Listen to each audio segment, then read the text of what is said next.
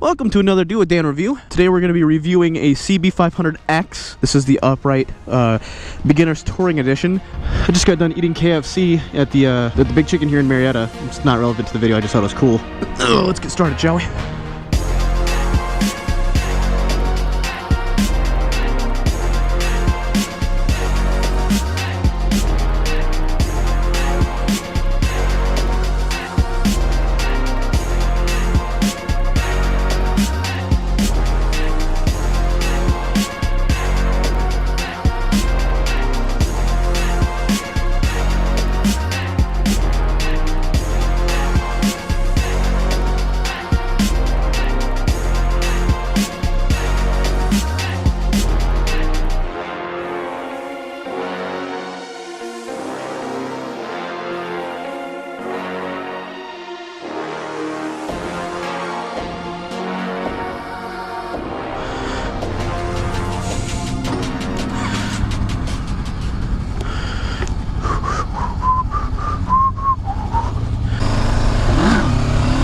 So this is the CB500X. Long story short, this is the cheaper entry level into like the sport touring or the off-road upright naked bikes. This is a good entry level sport touring bike.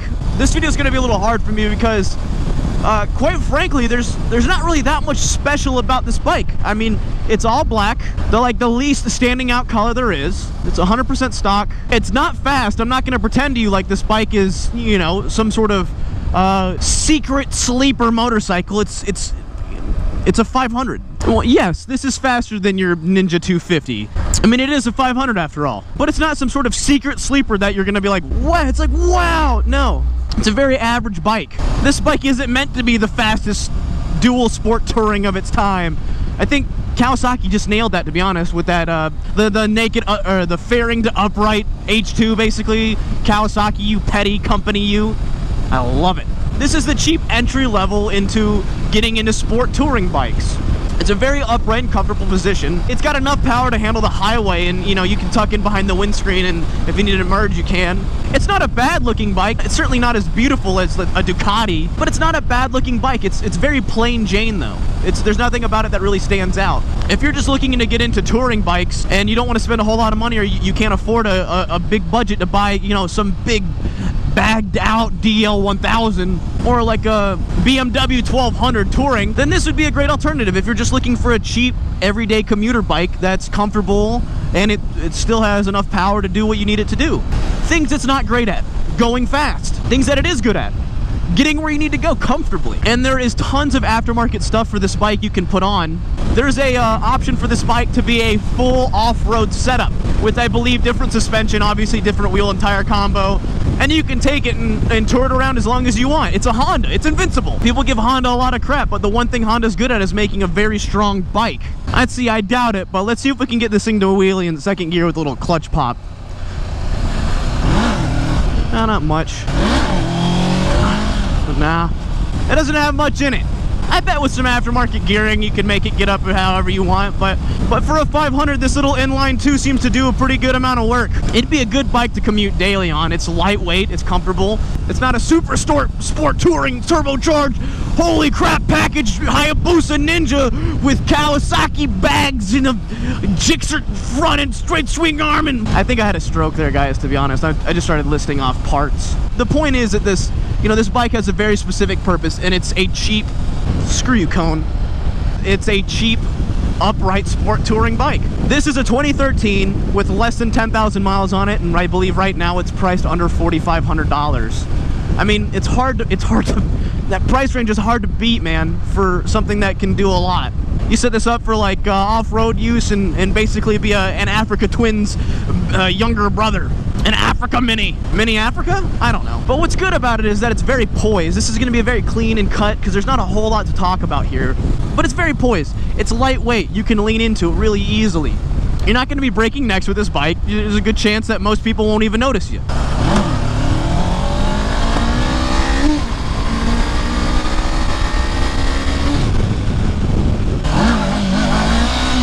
First gear will get up. So if you're interested in getting a sport touring bike and not wanting to, you know, dabble into the tens of thousands of dollars and stay relatively cheap, this would be a great alternative. I mean, if you're looking for an easy bike to ride that does good on gas mileage, that's not going to surprise you, this would be it. This bike isn't going to all of a sudden pop a wheelie at 60 miles an hour just because it feels like it, you know? I mean, it will do a little wheelie in first gear, I'll give it that. It runs out of gear pretty quick though after that. At the end of the day, this bike is really just one thing. It's a motorcycle. I don't think there's a whole lot of room for major customization on it, you know? Aftermarket exhaust here, different handlebars there, different mirrors, blinker delete, you know, maybe a bigger windscreen. Even if you're just looking for your first bike, it'd just be a decent bike to have, but it's not really anything special. It doesn't look all that pleasing, but it's not some sort of fancy BMW 1200, and I don't think it's trying to be. It's just, it's like, hey, guess what? I'm a Honda, I'm strong, it's gonna be hard to break me, you know, just take care of me and I'll get you from point A to point B, and you know what, we'll look good doing it. It's just a bike.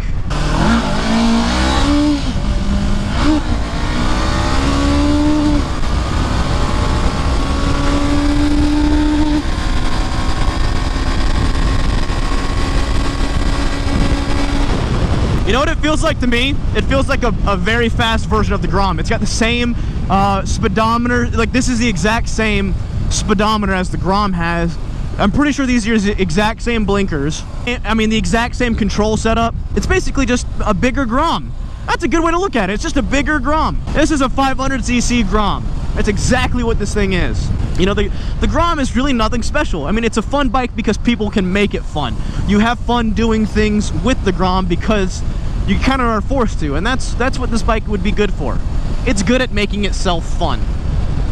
Hey, I'm not the fastest bike in the world, but you get me in a group with other people with similar bikes, we're gonna have a good time. The clutch is super smooth. It's got a very simple clutch.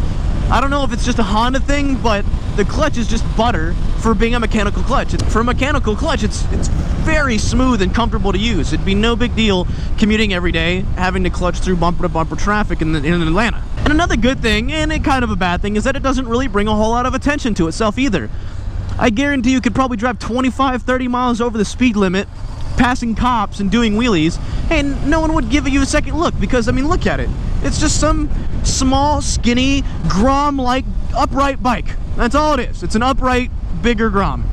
Seating position is the exact same as a Grom, I'm telling you. But everything about it is convenient. That's the whole idea of this bike. You can put bags on the back and then like in a saddle-y form, so you can carry on a lot of stuff. You don't have to wear a backpack. The clutch is easy. The accelerator is soft and smooth. The brakes are good, but not super touchy. Like you could probably slam on them pretty hard and they'd be good. The engine doesn't fight you in low or high RPMs. It's just like, all right, well, let's go, I guess. Hey, buddy. All right, you gotta go somewhere? Let's just twist the throttle and we'll go, man. It's not super hard. It'd be a great bike for someone to learn their first motorcycle on. It's like, yeah, dude, we might not be able to pick up like every chick in the world on this thing, but you know what? I'm on a motorcycle and I'm having fun. And you know what's even better about this bike? I can flat foot it. That is incredible. I can flat foot this bike. Granted, I'm wearing my riding boots, but that never happens with these upright bikes. Did you buy a Camaro and forget how to drive? Is that what happened? That must have been what happened, dude.